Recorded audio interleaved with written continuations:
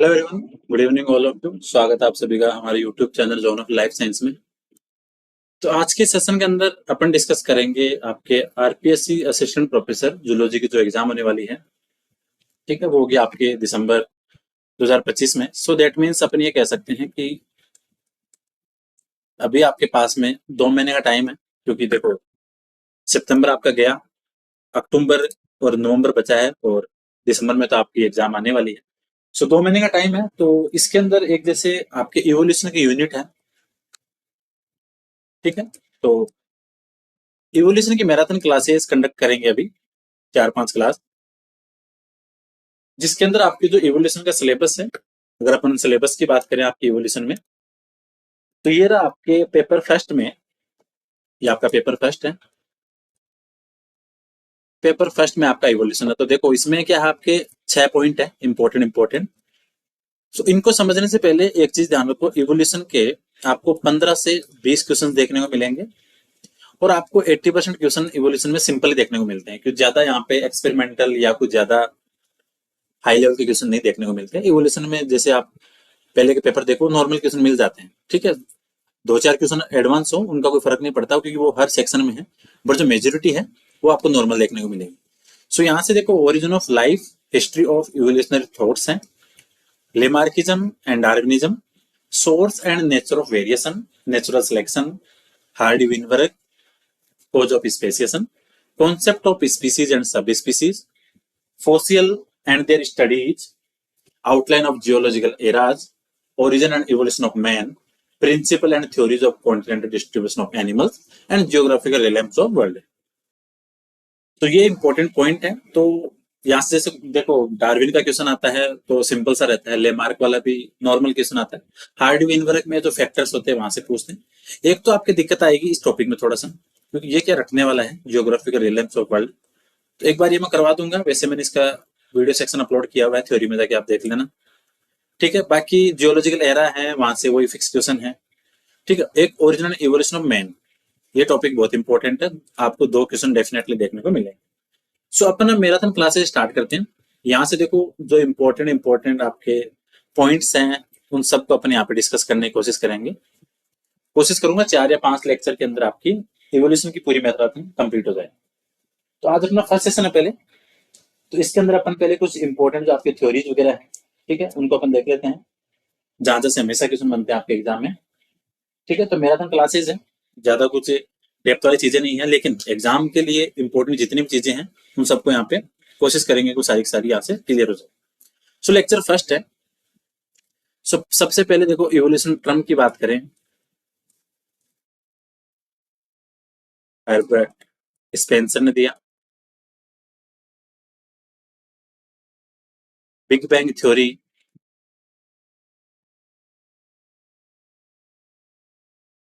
ठीक है, एबिलेटिमेर ने।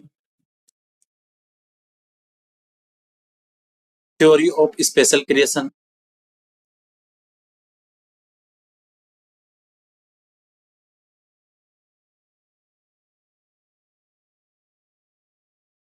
Father Suarez.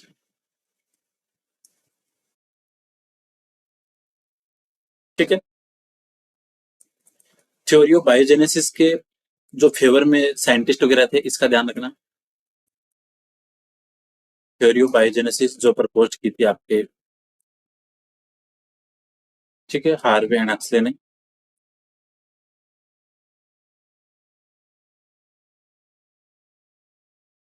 ठीक है, अब इस चीज का ध्यान रखना, सपोर्टर ऑफ बायोजेनेसिस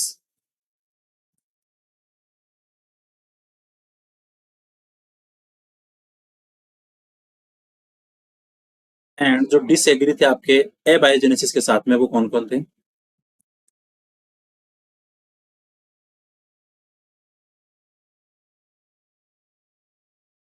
तो इसमें देखो तीन तीन नाम आएंगे, एक तो आपके फ्रांसिस्को रेड्डी,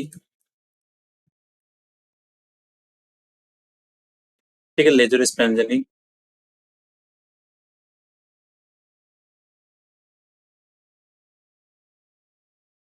फिर थे आपके लुइस पास्चर। लुइस पास्चर का एक्सपेरिमेंट पता ही है, जो स्वान ने क्लास वाला था।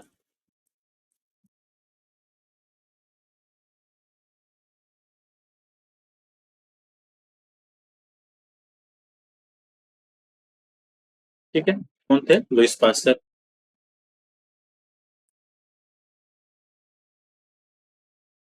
ठीक है, ओपेरोन और जो हेल्डन की थी उसको बोलते हैं मॉडर्न थ्योरी, क्योंकि एक क्वेश्चन हमेशा यहाँ से आता है।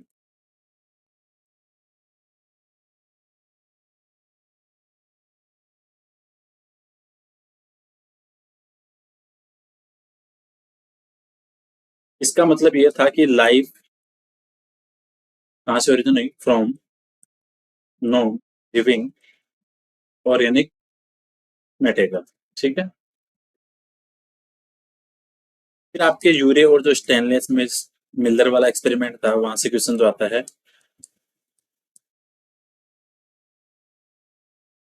के अंदर क्या क्या था? CH4 NH2, ठीक है, H2 प्लस वाटर वेपर। ठीक है, जिसको अपन बोल सकते हैं chemical evolution.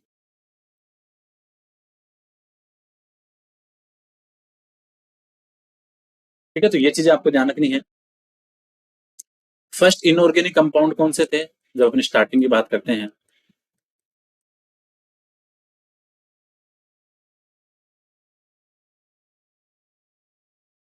Water and ammonia.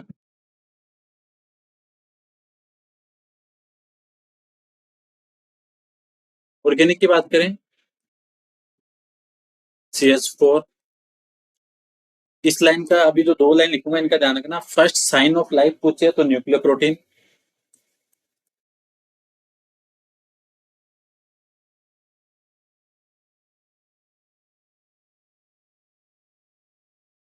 Nuclear protein. और फर्स्ट फॉर्म ऑफ सेल पूछे तो प्रोटोसिल।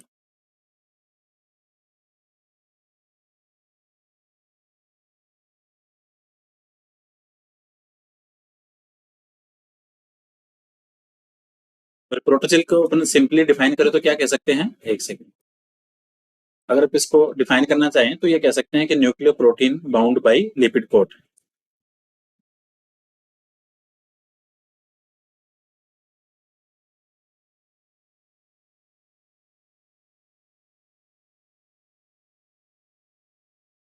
ठीक है, ये चीज ध्यान रखना। अगर पूछे यूनिट ऑफ नेचुरल सिलेक्शन, क्योंकि यहाँ से भी क्वेश्चन बन जाता है, चीजें बेसिक बेसिक हैं और आपको काफी सारे क्वेश्चन सिंपल भी देखने को मिलते हैं। यूनिट ऑफ नेचुरल सिलेक्शन, तो आंसर रहेगा आपका इंडिविजुअल।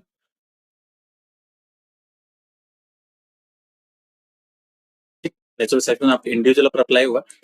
अगर बात करें आपके यूनिट ऑफ इवोल्यूशन, रहेगा आपके पॉपुलेशन।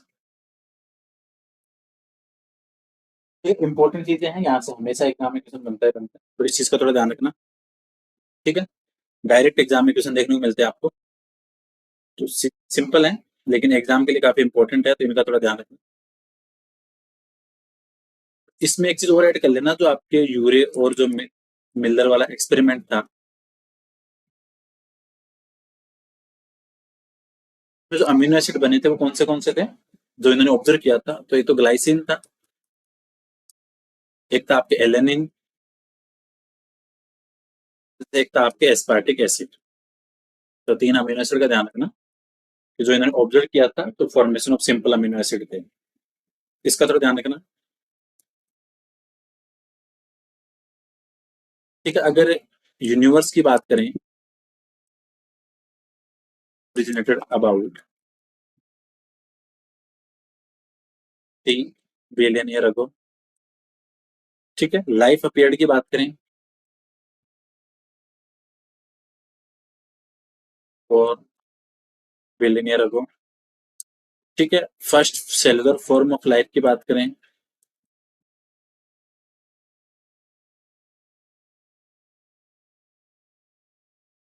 रहेगा आपका 2 बिलियन ईयर अगो। सेलुलर की बात करें,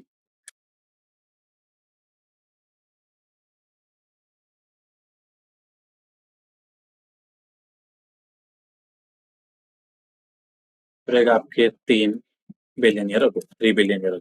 तो ये चीजें बेसिक है, बट इनका थोड़ा ध्यान रखना, डायरेक्ट क्वेश्चन आएगा। और जो मिलर और यूरे वाला था, ठीक है, तो इन्होंने एक्सपेरिमेंट के अंदर जो टेम्परेचर लिया था उसका भी ध्यान रखना, तो वो कितना था आपके? ठीक है, जो इन्होंने CH4 plus NH3 plus H2 plus water vapour लिए थे क्लास के अंदर। तो इन्होंने जो एक्सपेरिमेंट किया था उसका टेम्परेचर कितना रखा था, 800 डिग्री सेल्सियस। तो ये चीज भी ध्यान रखना। डायरेक्ट क्वेश्चन बनता है यहाँ से एग्जाम के लिए, चीज बेसिक है लेकिन क्वेश्चन बन सकता है, तो इसका थोड़ा भी ध्यान रखना। ठीक है, प्रिंसिपल ऑफ पॉपुलेशन किसने दिया, माल्थस ने। इवोल्यूशन में ध्यान रखना, अगर पूछे कि प्रिंसिपल ऑफ पॉपुलेशन तो आंसर होगा माल्थस। अगर पूछे प्रिंसिपल ऑफ जियोलॉजी तो चार्ल्स लेल ने। ठीक है, इसके अलावा बात करें आपके जो इंडस्ट्रियल मैनरिज्म का कॉन्सेप्ट था। अब देखो इंडस्ट्रियल मैनरिज्म अपन सबने पढ़ा नेचुरल सिलेक्शन में, लेकिन साइंटिस्ट कौन था इसके पीछे, तो इसका भी ध्यान रखना। बाकी चीजें पूरी कवर करवा देंगे आपके सिलेबस के अकॉर्डिंग, जो इंपॉर्टेंट है बस इनका ध्यान रखना। बर्नार्ड कैटलवेल। ठीक है, और ये कौन सा सिलेक्शन में आता है आपका, डायरेक्शनल नेचुरल सिलेक्शन में। ठीक है, तीन आते हैं जैसे आपके स्टेबिलाईजिंग, डिसरप्टिव और डायरेक्शनल, तो इसके अंदर ध्यान रखना, इंपॉर्टेंट है। एक बार मैं बेसिक बेसिक बता देता हूँ आज की क्लास में, फिर कल से आपकी पूरी चर्चा आ जाएगी एक साथ में। रिप्रोडक्टिव आइसोलेशन की जो मैकेनिज्म है किसने दी थी। अब आइसोलेशन सबने पढ़ा है, पोस्ट रिप्रोडक्टिव, प्री रिप्रोडक्टिव, लेकिन कॉन्सेप्ट किसने दिया, तो वो था आपके स्टेबिंस। मिमिक्री टर्म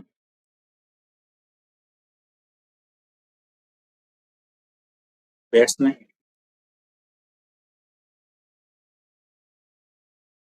ठीक है, तो ये चीजें इंपॉर्टेंट है, इनका थोड़ा ध्यान रखना है, जहां से डायरेक्ट क्वेश्चन आता है एग्जाम में आपके। अब देखो टाइम स्केल से जो हमेशा क्वेश्चन बनता है, एक तो ये नोट कर लेना आपके। ठीक है, अगर पूछे golden age of amphibian,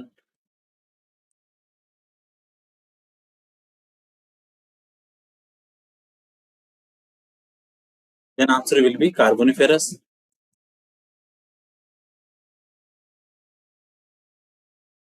golden age of fish की बात करें, डिवोनियन।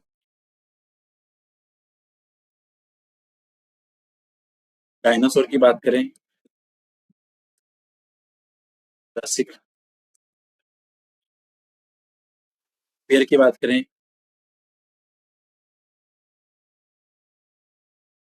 प्लेस्टोसीन।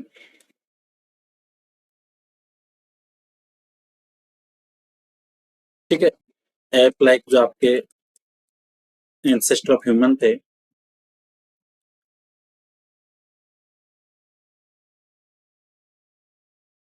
की बात करें तो आपको प्लियोसीन। एज ऑफ मैन की बात करें तो होलोसीन।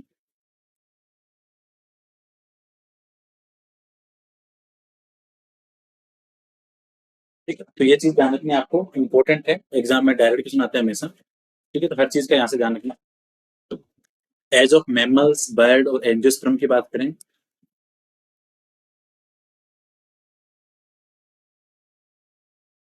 मैमल्स, बर्ड, एंजियोस्पर्म की बात करें तो सिनोजोइक। रेप्टाइल की बात करें एज ऑफ मेजोजोइक।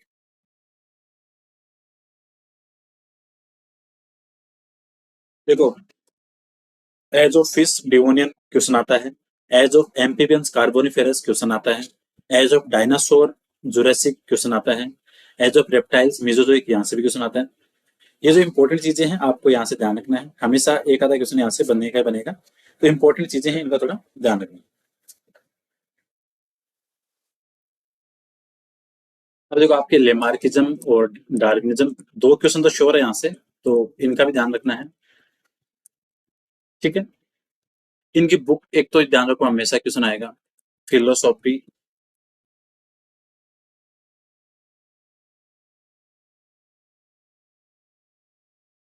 जूलॉजी। ठीक है, फिलोसॉफी जूलॉजी, इसका ध्यान रखना। बुक कब आई थी, 1809 में, और डार्विन वाली आई थी 1859 में, कंफ्यूज नहीं होना। लेमार्क वाली आई थी 1809 और डार्विन की आई थी आपके 1859 में। ठीक है, दूसरी चीज, इनका जो मेन कॉन्सेप्ट था क्या था, theory of inheritance of acquired characters. ठीक है, तो ये चीज आपको ध्यान रखनी है कि जो मेन मेन चीजें हैं जहां से क्वेश्चन हमेशा आया है आरपीएससी में, तो या तो आपके लेमार्क डार्विनिज्म की थ्योरी पूछ लेते हैं जो बेसिक सी है। ठीक है, इसके अंदर इनके जो चार पोस्टुलेट थे आपको उनका ध्यान रखना है, जो बेसिक कॉन्सेप्ट थे। एक तो क्या था इनका, use and disuse of organs.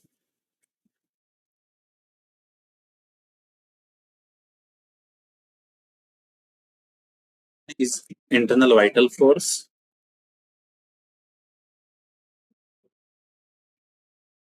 And third one is effect of environment and new needs.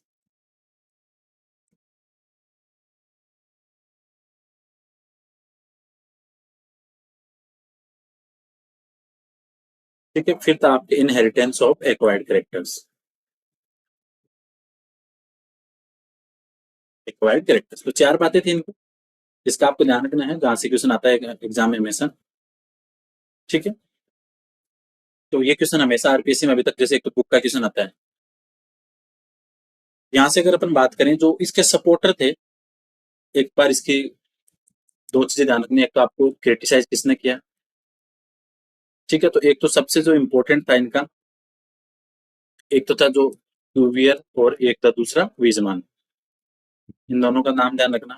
ठीक है, जो वीजमान ने आपके रेट के ऊपर उनकी पूंछ काट के एक्सपेरिमेंट किया था। ठीक है, तो इस यहाँ पे आता है। और इनका था कि भाई इन्होंने अपना सिद्धांत दिया था कि theory of continuity of germ plasm.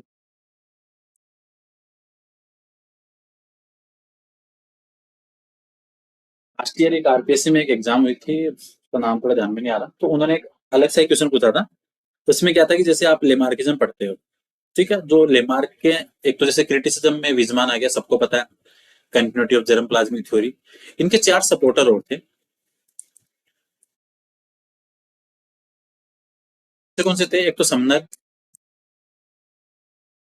ठीक है, इन्होंने काम किया था व्हाइट रेट के ऊपर। अब ये ध्यान रखना, व्हाइट रेट पे कौन सा सपोर्टर था, समनर था। एक था टॉवर नाम से, जिसने काम किया था आपके पोटैटो बीटल पे।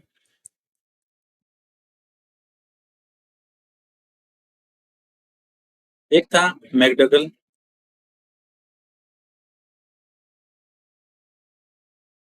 ठीक है, अब यहां से आपको ध्यान रखना है, इन्होंने भी किस पे किया था काम, इन्होंने भी रेट पे किया था। एक था आपके डेटलप्सन। ठीक है, इन्होंने काम किया था आपके रेट का किसके अंदर, रोटेटिंग केज के अंदर। ठीक है, तो रोटेटिंग केज के अंदर जो काम किया था रेट के ऊपर, वो कौन थे आपके, डेटलप्सन। तो ये क्वेश्चन आया था रोटेटिंग केज वाला। तो ये चीज आपको ध्यान रखनी है, यहां से एग्जाम के लिए इंपॉर्टेंट है। डार्विनिज्म की बात करें, ठीक है, इनके शिप का नाम क्या था, एचएमएस बीगल। ठीक है, और आइलैंड कौन सा था, गैलोपोगस आइलैंड। ठीक है, अब इनके जो मेन पोस्टुलेट थे जहां से एग्जाम में हमेशा क्वेश्चन आता है, तो इनके अकॉर्डिंग ये था कि एनिमल्स के अंदर एक तो क्या थे, इनॉर्मस फर्टिलिटी की कैपेसिटी।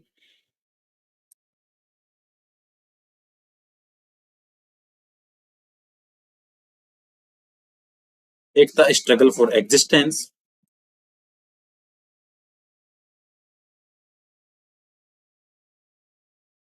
ठीक है, इसके अंदर क्या क्या था आपके, इंट्रा स्पेसिफिक भी हो सकता है,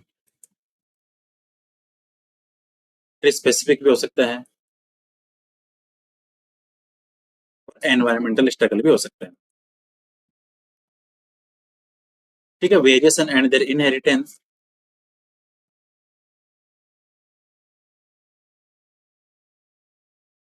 वेरियस एंड देयर इनहेरिटेंस। और एक था आपके नेचुरल सिलेक्शन, या इसको बोल सकते हैं अपन, जो डार्विनिज्म का मेन कॉन्सेप्ट था, सर्वाइवल ऑफ फिटेस्ट।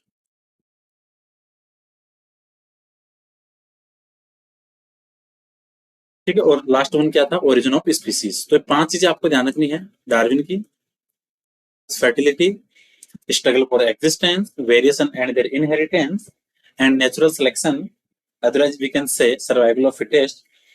इसके अलावा फिर आपका क्या था, ओरिजिन ऑफ स्पीसीज। तो ये बातें थी। डार्विन की जो मेन क्रिटिसिज्म की बातें थी वो क्यों आई, कि वो क्या नहीं बता पाए थे जिसकी वजह से डार्विन सिद्धांत को क्रिटिसाइज किया गया। तो एक तो आपके वेरिएशन का कोज, ओरिजन, ठीक है, ओरिजन एंड इनहेरिटेंस वेरियस, ये नहीं बता पाए। इनहेरिटेंस ऑफ वेरिएशंस, तो विभिन्नताओं का कोज क्या था, ओरिजिन क्या था, और उनकी आनुवंशिक या इनहेरिटेंस क्या थी वो नहीं बता पाए। ठीक है, उन्होंने वो ये नहीं बता पाए। उन्होंने ये बात तो बोली कि सर्वाइवल ऑफ फिटेस्ट, बट वो ये नहीं बता पाए कि फिटेस्ट आ कहां से रही है। So not explain the arrival of fittest.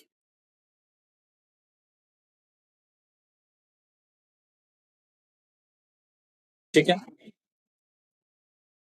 इसके अलावा सेक्सुअल सिलेक्शन वाला भी एक रीजन था कि भाई फीमेल के पास में राइट क्यों है देयर मेटिंग चूज के लिए। सो ये भी एक कारण था यहाँ पे उनका क्रिटिसाइज का। ठीक है, ये भी कारण था कि वो ये नहीं बता पाए कि कुछ एनिमल्स के पास में सिर्फ यूजफुल वेरिएशन कैसे होंगे और कुछ के पास में हार्मफुल कैसे होंगे। So not explain why few have useful variation, why few have harmful variation। ठीक है, वेस्टिजल ऑर्गन्स के बारे में नहीं बता पाए वो।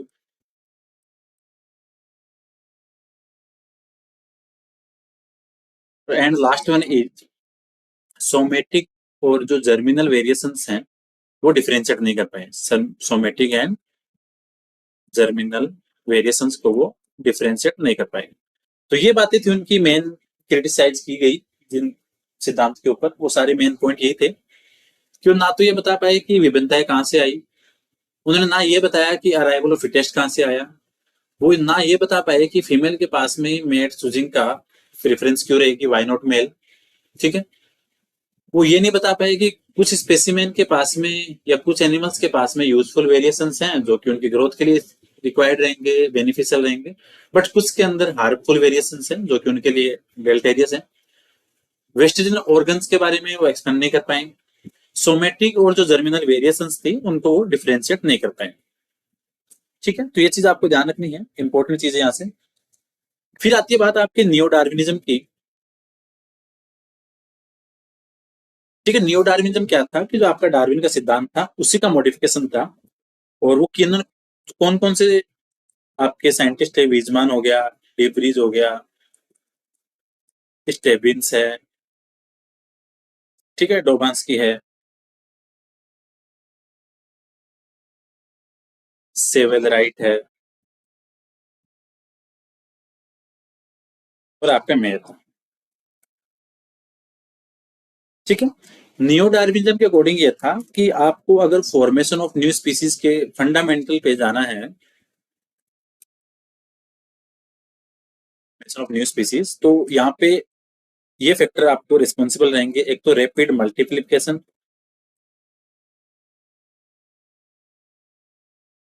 लिमिटेड फूड एंड स्पेस,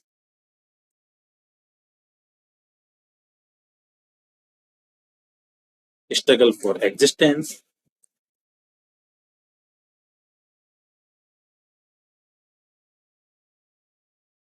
ठीक है, जेनेटिक वेरिएशन होंगे।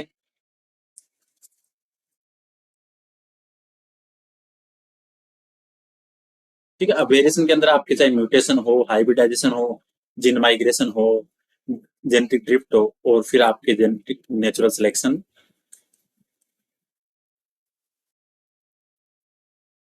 And isolation. ठीक है, तो ये बातें थी आपके किसको लेके, आपके जो न्यू डार्विनिज्म था उसके कॉन्सेप्ट पे। तो अपन ये कह सकते हैं कि आपके जो इंपॉर्टेंट फैक्टर्स थे जो आपके ओरिजिन ऑफ न्यू स्पीसीज के लिए काम आएंगे, या modern synthetic theory of evolution, या इसको बोले अपन न्यू डार्विनिज्म, तो आपके वहां पे म्यूटेशन होगा, वेरिएशन होगा, हेरिडिटी होगी, आइसोलेशन होगा, और आपके नेचुरल सिलेक्शन होगा। तो ये बातें थी आपके किसकी, न्यू डार्विनिज्म की। अगर पूछे थ्योरी ऑफ पैनजेनेसिस तो वो भी डार्विन की थी, थ्योरी ऑफ पैनजेनेसिस, ठीक है, 1868 में। तो आज के सेशन की यही बातें हैं। कल के सेशन के अंदर अपन एक तो ह्यूमन इवोल्यूशन देखेंगे, ठीक है, नेचुरल सिलेक्शन, और भी जो भी इंपॉर्टेंट बातें हैं, क्योंकि सिर्फ 4 क्लासेस में होगी आपकी इवोल्यूशन की, और इन 4 क्लासों में आपकी ऑलमोस्ट यहाँ से इवोल्यूशन कंप्लीट हो जाएगी। बाकी आप प्लेलिस्ट के ऊपर जाके यूट्यूब पे जो भी इंपॉर्टेंट चीज आपको देखनी है वो देख सकते हो। टेस्ट सीरीज आपके लिए zone of life science app पे चालू है, पेड भी है प्लस आपके फ्री भी है, तो जैसा आपको सही लगे तो आप ज्वाइन कर सकते हो, ठीक है। बाकी अपन या तो कल सैटरडे को क्लास होगी, अदरवाइज संडे को अपनी क्लास होगी, ठीक है। So thank you so much for watching session, मिलते हैं नेक्स्ट क्लास में।